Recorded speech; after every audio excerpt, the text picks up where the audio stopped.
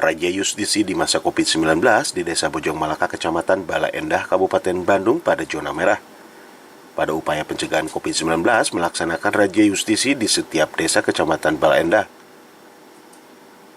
Aparat yang tergabung di gugus tugas COVID-19 memberikan peringatan bahwa virus COVID-19, masyarakat agar dapat wajib memakai masker, serta menerapkan 5M.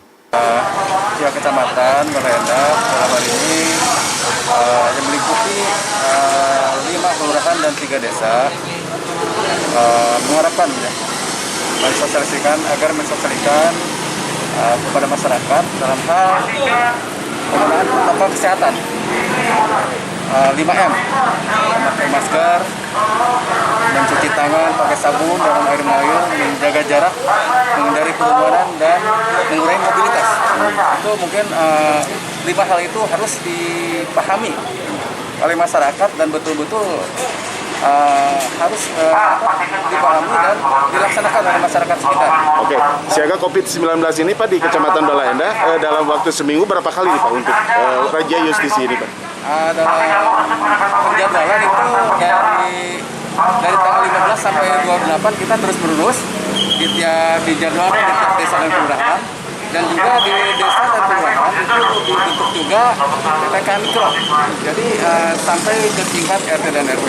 Selain desa dan kelurahan dilanjutkan ke tingkat RT dan RW supaya masyarakat mengerti untuk pelaksanaan ini.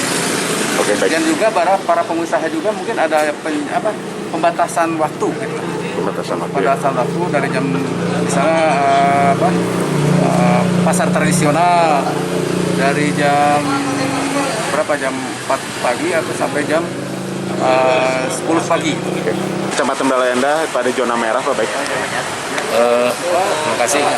Sebenarnya di sini saya selaku PJ Bojong Malaka tentu ada kerjasama dengan pihak kecamatan, dan utama sekali di desa ini kita fokuskan kepada masyarakat, terus kemudian kepada usaha menunjuk mitra usaha, di mana Panginten dina acara UCC ini kita fokus kepada yang jalani yang tidak pakai masker itu wajib pakai masker itu.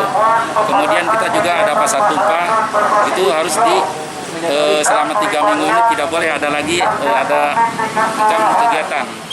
Kali itu yang disampaikan. Widi Harian mengabarkan Hadas TV, Kabupaten Bandung, Jawa Barat.